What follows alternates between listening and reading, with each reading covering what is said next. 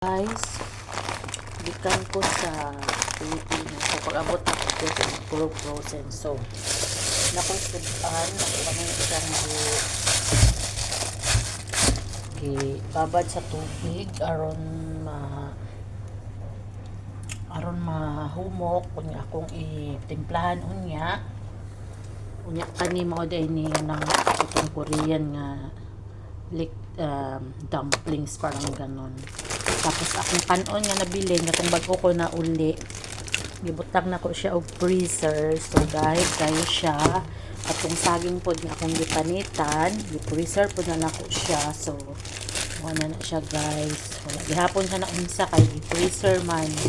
Hinog ni siya nga saging katong binangay, gipanitan ako, gibutang nako sa rep.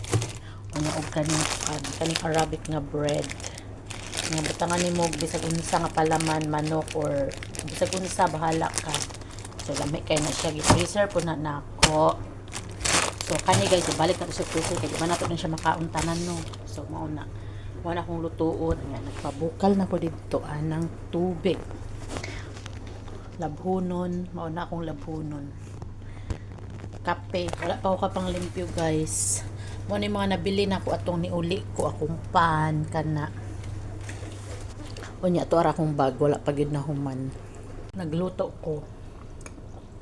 Ay gutom kaayo, gikan ko sa airport gabi. Wala pa koy kaon. So nagmata ko mga 12.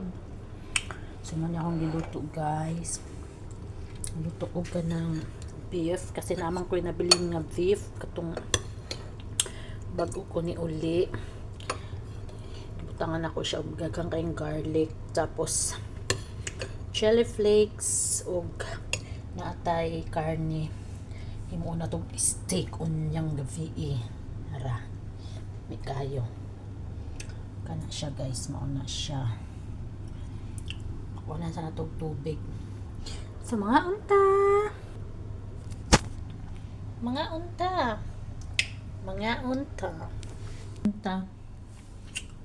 kani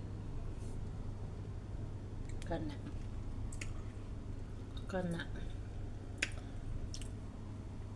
kay wala tay kaon mulag tarong gahapon pag baba na to sa eroplano. So pag abot gabi na tulog na, nalamos lang niya pag mata mauna ni siya ano na mga unday ta paniud to kana diri ko nagkaon sa kusina kaya gutom na kaay ko, tulog pa ang mga tao.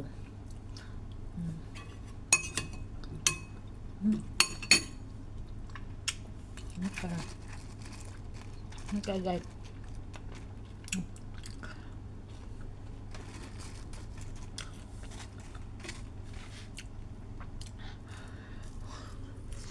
ano siya, beef, lubutan ako dahil garlic o chili flakes. Kanya french fries kaysa mag-order ta o fast food, diba? Dari na lang ta